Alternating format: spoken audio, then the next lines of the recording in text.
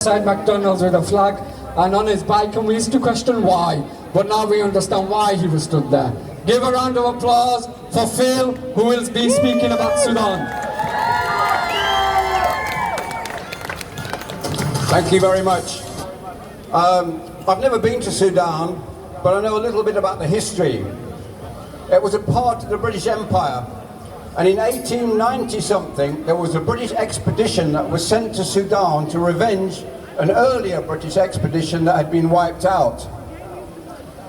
Winston Churchill was a young reporter on the Times newspaper, and in those days you had to get embedded in the same way a journalist has to get embedded with the military. And his mother, Winston Churchill's mother, went to the general who was leading the expedition to the Sudan and pleaded, please can my son come and represent the Times?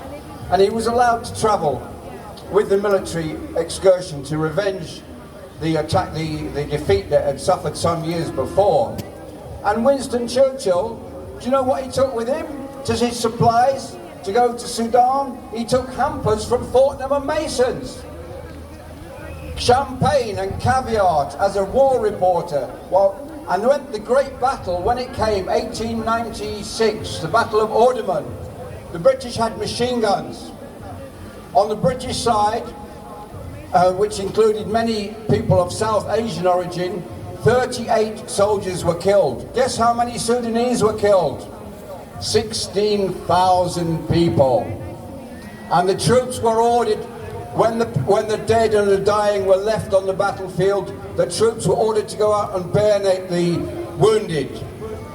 And one soldier boasted, I bayoneted 25, 30, I wasn't counting them all. And it's held up as a great victory for the British Empire. Even Queen Victoria said it was a bit excessive killing the wounded.